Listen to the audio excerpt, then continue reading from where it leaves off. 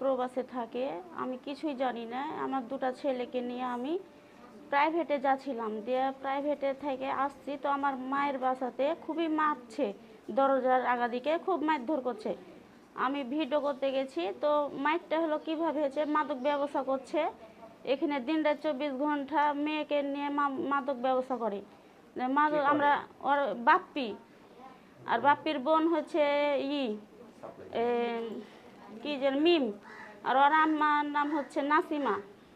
দেখ আমি বলেছি যে মাদক ব্যবসা হলে এখানে করিয়েন না, এখানে সমাজ নষ্ট হয়েছে, বাচ্চা কাচ্চা বলতে যে আমাকে মারার জন্য আমি খালি ভিডিওটা করেছি, মায়ের ভিডিও দিয়ে, তখন আমাকে মায়েরা পুরুষ মানুষ, ওই পুরুষ মানুষ আমাকে মেরেছে, ওই মিম ডেকেছে পুরুষ মানুষকে, ডেকে দিয়ে তখন আমি পুরুষ মানুষে তো মেরেছে, ওরা দুমা বেটিতে আমাকে নিচে বসতে দিয়েছে এবং মোবাইল আমার কাছে, আমি না এই মোবাইলটা লুকিয়ে রেখেছি আমার বুকের ভিতরে।